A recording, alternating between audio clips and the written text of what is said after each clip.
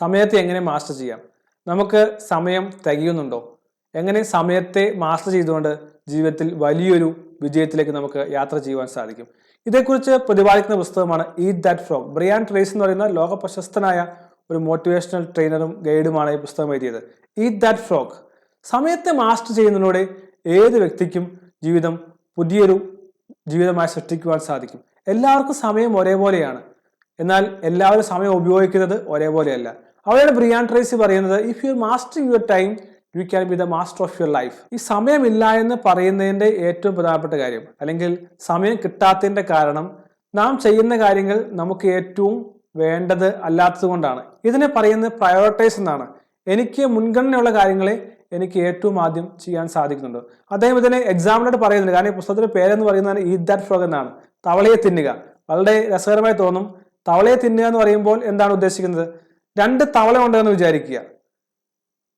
ഈ 2 തവളയിൽ ഒരു തവള വൃത്തികെട്ടതും മറ്റേ തവള കാണാൻ വലിയ കുഴപ്പമില്ലാത്ത തവളയുമാണ്.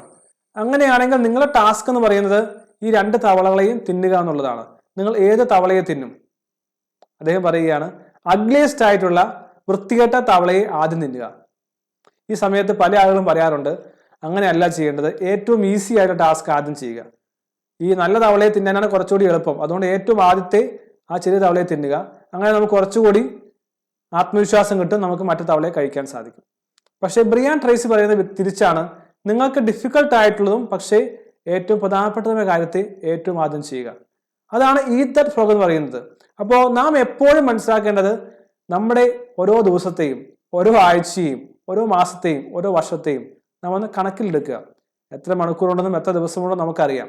ഇനി നാം ഓരോ ദിവസവും എനിക്ക് എന്തെല്ലാം ടാസ്ക്കാണ് ചെയ്യാനുള്ളത്, 10 ടാസ്ക്കാണോ 20 ടാസ്ക്കാണോ 5 ടാസ്ക്കാണോ, അത് നാം ഒന്ന് എഴുതുക. ഇനി നോക്കുക, ഇതിൽ ഏറ്റവും പ്രധാനപ്പെട്ടത് ഏതാണ്?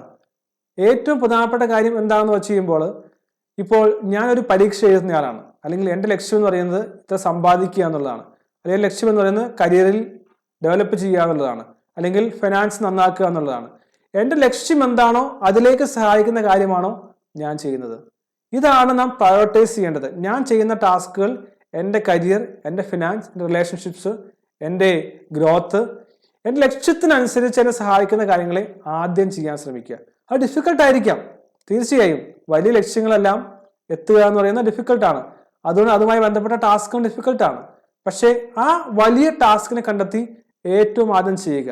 ഏറ്റവും അറിഞ്ഞിരിക്കേണ്ട പ്രിൻസിപ്പിൾ ഇതാണ്, എനിക്ക് ഏറ്റവും പ്രധാനപ്പെട്ട കാര്യത്തെ, ഏറ്റവും മുൻഗണന കൊടുക്കേണ്ട കാര്യത്തെ കണ്ടെത്തുകയും അതിനെ ആദ്യം ചെയ്യുകയും ചെയ്യുക. ഇവിടെയാണ് 80-20 പ്രിൻസിപ്പിൾ എന്ന് പറയുന്നത്. നാം പലപ്പോഴും ചെയ്യുന്നത് നമുക്ക് ആവശ്യമില്ലാത്ത കാര്യങ്ങളാണ്. എന്ന് വെച്ചാൽ 100 ടാസ്കുകൾ നാം ചെയ്യുന്നുണ്ടെങ്കിൽ അതിൽ 80 നമുക്ക് ആവശ്യമില്ലാത്തതാണ്. പക്ഷെ നിരാശാജനകം എന്ന് പറയുന്നത്, നാം നമ്മുടെ 80% സമയവും ആവശ്യമില്ലാത്ത 80 കാര്യങ്ങൾക്ക് വേണ്ടി ചെലവാക്കുന്നു എന്നുള്ളതാണ്. എന്നാൽ ബ്രിയാൻ ട്രേസി പറയുന്നത്, നിങ്ങളുടെ ഈ 80% സമയം നിങ്ങൾക്ക് ആവശ്യമുള്ള ഏറ്റവും പ്രധാനപ്പെട്ട, നിങ്ങളുടെ ജീവിതത്തിൽ വലിയ നേട്ടം കൊണ്ടുവരുന്ന ഈ 20 കാര്യങ്ങൾക്ക് വേണ്ടി ഫോക്കസ് ചെയ്യുകയാണെങ്കിൽ നിങ്ങളുടെ ജീവിതം പാടെ മാറും. 10 ഇരട്ടിയല്ല 100 ഇരട്ടി മാറുവാൻ സാധിക്കും. ഇതൊരു ഗോൾഡൻ പ്രിൻസിപ്പിൾ എന്ന് കരുതേണ്ടത് ആവശ്യമാണ്. എൻ്റെ ജീവിതത്തിൽ മാറ്റം വരുത്തുന്ന, എൻ്റെ ജീവിതത്തിൽ വിജയം കൊണ്ടുവരുന്ന, ഞാൻ ലക്ഷ്യം വെക്കുന്ന കാര്യങ്ങൾക്ക് വേണ്ടിയാണ് എൻ്റെ 80% സമയവും ഞാൻ ചെലവാക്കുന്നത്. ഇതാണ് പ്രയോറിറ്റൈസ് ചെയ്യുക, അല്ലെങ്കിൽ 80-20 പ്രിൻസിപ്പിൾ, അതല്ലെങ്കിൽ പാരറ്റോ പ്രിൻസിപ്പിൾ എന്ന് പറയുന്നത്. ഈ ഒരു തത്വമാണ് ഈ പുസ്തകത്തിൽ വലിയ രീതിയിൽ പറഞ്ഞു വെക്കുന്നത്. അദ്ദേഹം പറയുന്ന കാര്യമാണ്, പ്ലാൻ എവറി ഡേ. കഴിയുമെങ്കിൽ എല്ലാ മണിക്കൂറും പ്ലാൻ ചെയ്യുക, കഴിയുമെങ്കിൽ എല്ലാ ദിവസവും പ്ലാൻ ചെയ്യുക. എല്ലാ ദിവസവും നാം കിടക്കുന്നതിന് മുമ്പ് നാളെ എന്താണ് ചെയ്യേണ്ടതെന്ന് പ്ലാൻ ചെയ്യുക.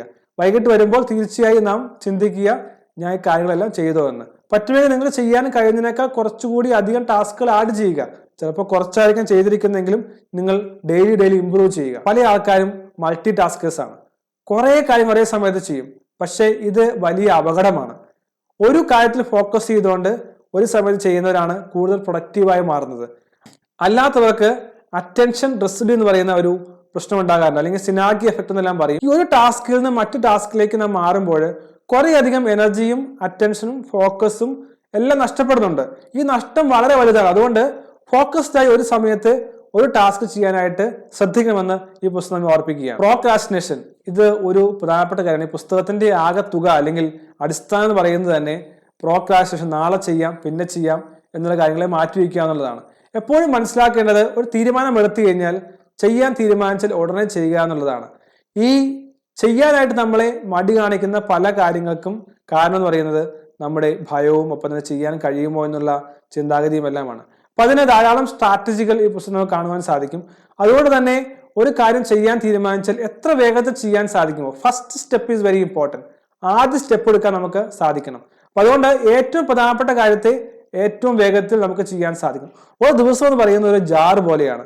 നമുക്ക് ഏറ്റവും മോർണിംഗിൽ നമ്മുടെ ജാർ ഫുൾ ആയിരിക്കും. എന്നാൽ ഈ ജാറിനെ വിൽ പവർ എന്ന് വേണമെങ്കിൽ പറയാം. ഈ വിൽ പവർ ഏറ്റവും കൂടിയത് മോർണിംഗ് അവേഴ്സിലാണ്.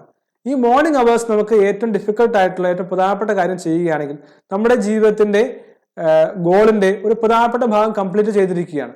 പിന്നീട് എനർജി കുറയും തോറും നമുക്ക് ചെറിയ ചെറിയ കാര്യങ്ങൾ ചെയ്യുകയും പ്രൊഡക്ടിവിറ്റി കൂട്ടുവാനും സാധിക്കും. അതുകൊണ്ട് ഒരു കാര്യം ചെയ്യാൻ തീരുമാനിച്ചാൽ നാളെ ചെയ്യാം, പിന്നെ ചെയ്യാം, അടുത്ത ദിവസം ചെയ്യാമെന്ന് ചിന്തിക്കാതെ ഏറ്റവും ആദ്യം ചെയ്യാൻ ശ്രമിക്കുക. ടൈമിനെ മാസ്റ്റർ ചെയ്യുവാൻ, ജീവിതത്തെ മാസ്റ്റർ ചെയ്യാനായിട്ട് ബ്രിയാൻ ട്രേസി ഒരു 3 കാര്യങ്ങൾ പറയുന്നുണ്ട്. ദിവസവും 20 മിനിറ്റ് ഒരു മേഖലയിൽ നാം വായിക്കുക. രണ്ടാമത്, കോൺഫറൻസുകൾ, വർക്ക്ഷോപ്പുകൾ, നാം ഏത് മേഖലയിലാണ് വർക്ക് ചെയ്യാൻ അല്ലെങ്കിൽ ഡെവലപ്പ് ചെയ്യാൻ ആഗ്രഹിക്കുന്നതെന്ന് ആ മേഖലയിൽ കോൺഫറൻസുകളും വർക്ക്ഷോപ്പുകളും കഴിയുന്നതും അറ്റൻഡ് ചെയ്യുക. മൂന്നാമത്, ഒഴിവ് സമയങ്ങളിൽ യാത്ര ചെയ്യുമ്പോഴെല്ലാം പോഡ്കാസ്റ്റുകളോ ഓഡിയോ സീരീസിലോ കണ്ടുകൊണ്ട് നമ്മുടെ നോളജ് വർദ്ധിപ്പിക്കുകയും പെർസ്പെക്റ്റീവ്സ് ഇംപ്രൂവ് ചെയ്യുകയും ചെയ്യുക. ഇങ്ങനെ സമയത്തെ മാസ്റ്റർ ചെയ്യുന്നതിലൂടെ ജീവിതത്തെ മാസ്റ്റർ ചെയ്യാനും ഒപ്പം തന്നെ വലിയ വിജയം നമുക്ക് കരസ്ഥമാക്കുവാൻ സാധിക്കട്ടെ. All the best.